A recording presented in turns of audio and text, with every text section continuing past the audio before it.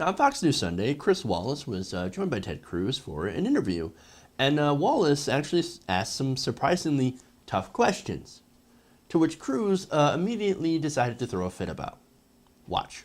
Your campaign has been involved in a series of incidents that people are calling dirty tricks. I want to put up a list of them. In Iowa, the Cruz campaign sent out tweets saying Ben Carson was suspending his campaign. That was false. The campaign put out flyers accusing people of voting violations. That was false. In South Carolina, a Cruz super PAC attacked Trump over the Confederate flag, and your then communications director posted a link this week accusing Rubio of disrespecting the Bible. That was false. Question, do you take personal responsibility? This was your campaign, except for the super PAC. Do you take personal responsibility for this series of incidents, and what does it say about the culture of the campaign you're running? Chris, every accusation you raised there is incorrect. I appreciate your reading the Donald Trump attack file on that. Come on, sir. Let me tell you, our campaign has been from the highest... Wait a minute, sir. Chris, let me answer. Please don't interrupt me. You personally apologized to Ben Carson on a debate stage. You fired your communications director. Chris, don't say this is an me. Oppo file on our part, sir. Chris, please don't interrupt me. Our campaign from the beginning. Please don't say that. Accuse me of something I didn't do. Go ahead, Chris. Let me know when I'm allowed to answer. Well, don't accuse me of doing something I didn't do. Two of those things, you apologized for one, and you fired your communications director. Don't say this is the Oppo file. Chris, our campaign from the beginning has been the highest level of integrity. When others have engaged in personal attacks and insults, we don't respond in kind. And, you know, it was striking. You just had Donald Trump on the air. You didn't ask him about the fact that he sent out a fabricated quote from Tom Coburn impugning my integrity. Tom Coburn, Senator Coburn, came out and said it was an utter fabrication, and yet Donald continued repeating what he knew to be false.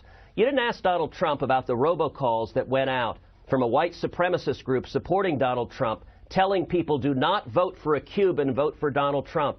You know, when it comes to telling the truth and not telling the truth, you didn't ask Donald Trump about the fact that in the last debate, I asked him, true or false, you support socialized medicine, the government paying for your health care. He said false, and it's directly contrary to what he said for 20 years on the record. Listen, Chris, the facts matter. I understand that there are folks that don't want to focus on the facts, but listen, the voters care about the truth. They care about Donald Trump's record of giving it. Senator Cruz, we're flat out of time. First of all, I don't think anybody's going to think I did an easy interview with Donald Trump. I asked him about plenty of things. If you want to ask him those questions, guess what? You'll get the opportunity at the Fox debate on Thursday. Thank you. Thanks for making time for us on this very busy weekend, sir. Damn. There's too much good in that. There's a lot in there. But here's my favorite, right?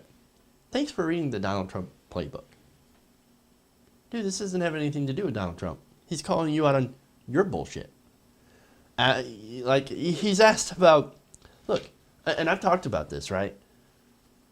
Ted Cruz, his campaign has sent out flyers and tweets about how Ben Carson was going to drop out, stealing votes from him, essentially, and playing other sorts of dirty tricks. Ted Cruz is a dirty politician. He's super slimy. And actually, Ted Cruz is what Americans hate about politics.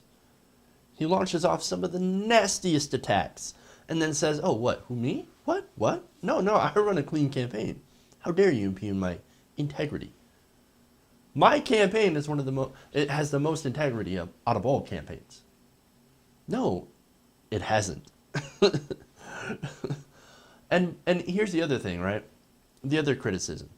You're just part of the media anyway. I know he didn't say that, but look, Cruz tends to complain about the media all the time.